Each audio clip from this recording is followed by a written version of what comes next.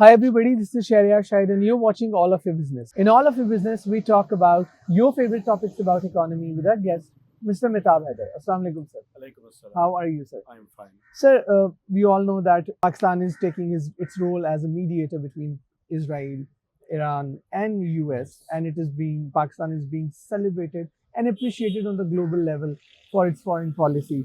So, having said that, the fuel crises are still lingering on, and there are lots of reports that fuel might increase in the coming review. So, having said that, mobile app based fuel quota system is being introduced for motorcycle rickshaws uh, amid this global oil crisis. So, what are these about? Can you tell us in the simpler words? And also, these are two questions actually. So, what are your thoughts about the peace talks? Bismillah Rahman Rahim. Thank you very much for having me. I think Pakistan has become on the radar screen of the international community after assuming this role of major peace negotiator at international level. And it's a good sign that few years back we were considered that Pakistan is not part of the global arena, but now Pakistan has assumed a major role in peace negotiations, and it's a good sign for Pakistan's economy as well as at the diplomatic level. Now, coming to your second question, uh, this lingering fuel crisis is continued, and government of Pakistan has undertaken a major step to ensure austerity. But keeping in view the fluctuating prices as at international level, we have seen that government of Pakistan has preferred to keep petrol prices, especially the petrol and diesel prices, unchanged. But they increased high octane and kerosene.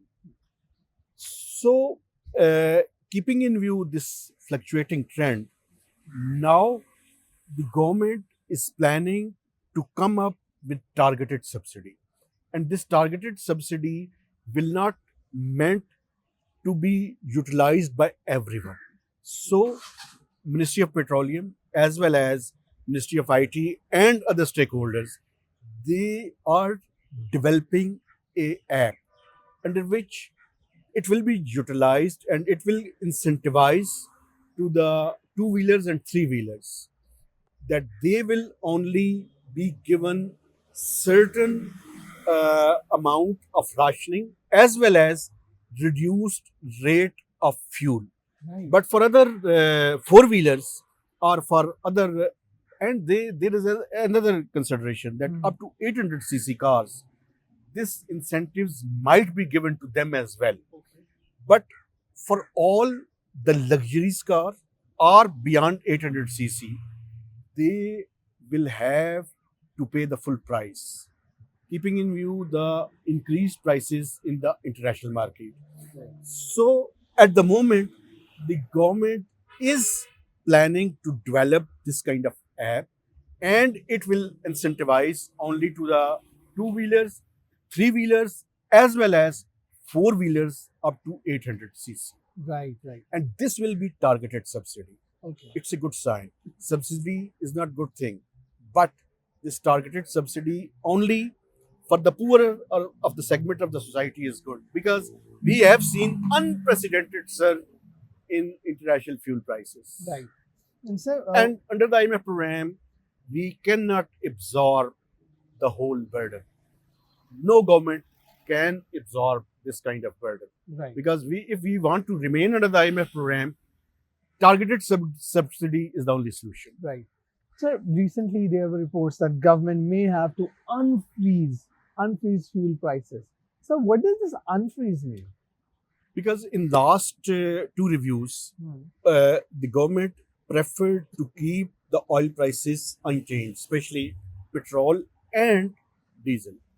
Unfreeze means that whatever prices prevails in international market, it will be passed on to the consumers, and it will be passed on to the consumers, but a targeted subsidy will be given only to those who cannot afford it. So unfreeze mean that government is going to pass on the international market prices with the domestic consumers. Right.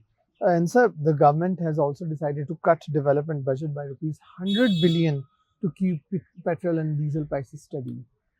Actually, the government, Ministry of Finance, has written an official letter to Ministry of Planning to cut down the PSDP size by 10%, which is equivalent to rupees 100 billion. Uh, for the audience, it is better to remind them that on the eve of the last budget, public sector development program allocation was invested at rupees 1 trillion rupees, 1000 billion, out of which 685 billion were meant for ministries and divisions as uh, rupee as well as foreign exchange component. 585 was the rupee component, and 102 billion was in the shape of foreign exchange, which is being provided by the project financing by the multilateral and bilateral creditors. And 315 billion were allocated for the corporations, for instance, National Highway Authority, as well as the power distribution companies, as well as the NTDC. So, out of this 1 trillion rupees, Ministry of Finance has given instructions to the planning ministry that there is a need to rationalize the public sector development program, and this saving of rupees 100 billion will be provided for the austerity purposes, because prime minister has given approval to allocate certain amount for the austerity. Right. So under the name of the austerity, this amount will be utilized for providing targeted subsidy, as well as to keep the prices unchanged until and unless we can afford it. But there are chances that this targeted subsidy will be provided to the lower segments of those strata of the society. But for the influential people, for the wealthy people, for the upper class, for the upper middle class, the fuel prices will be passed on. So this two or three pronged strategy will be adopted.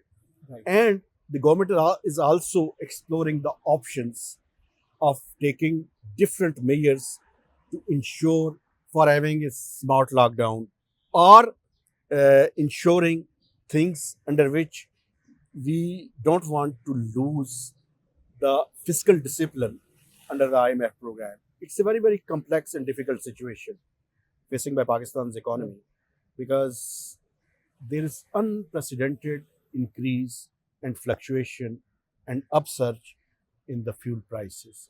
And it has multiple negative effects on the economy of Pakistan. So, do you think we as a nation can afford a lockdown, even if it's a smart lockdown? Smart lockdown can be one of the options if this crisis persists for longer period. Then there is no other solution, because so far until April, our supply of fuel is not facing any problem. But if this disruptions continues, then we will have to manage supply as well as the price shocks. Right. So there will be two pronged sword hanging on our heads. So, talking about two swords hanging, let me add another sword hanging. That is the petrol dealers. They have warned that 15,000 petrol pumps could be shut down in Pakistan if the situation keeps on going like this. So, what are we going to do if there would be no petrol pumps open? How would even a smart lockdown would work in that condition? I think there is a need that the government of Pakistan, as well as these petroleum dealers, they must sit together and resolve their lingering issues. They are arguing that they have sent a letter to the Ministry of Petroleum on March 6th, and which they were not replied. But I think instead of giving this kind of warning at this juncture, when we are facing multiple problems, these petroleum dealers, as well as the government must sit together and resolve all the lingering issues amicably instead of giving warnings or instead of shutting down the petrol pumps. And instead of causing panic among Of course, because we cannot blame the government absolutely that because of their policies we are facing this kind of problem. So this is a crisis-like situation, and we will have to devise a joint strategy to tackle it. So, do you think if peace talk becomes successful, Strait of Hormuz will be opened and Of everything will course, get back to normal? because that is the major point. And if Strait of Hormuz is opened, then all these crises will be over. And we hope so that this Pakistan's role as a major negotiator will be appreciated, and this kind of peace will be able to strike any kind of a deal between the major players. So, as an expert, what does your expert lens say? What is the probability of things getting resolved? We hope so, because it's a very complex situation. We cannot predict or judge anything at this juncture when the parties have agreed to start negotiations. Fingers crossed, but we hope and we pray that this kind of negotiations must be able to resolve this kind of crisis. Right.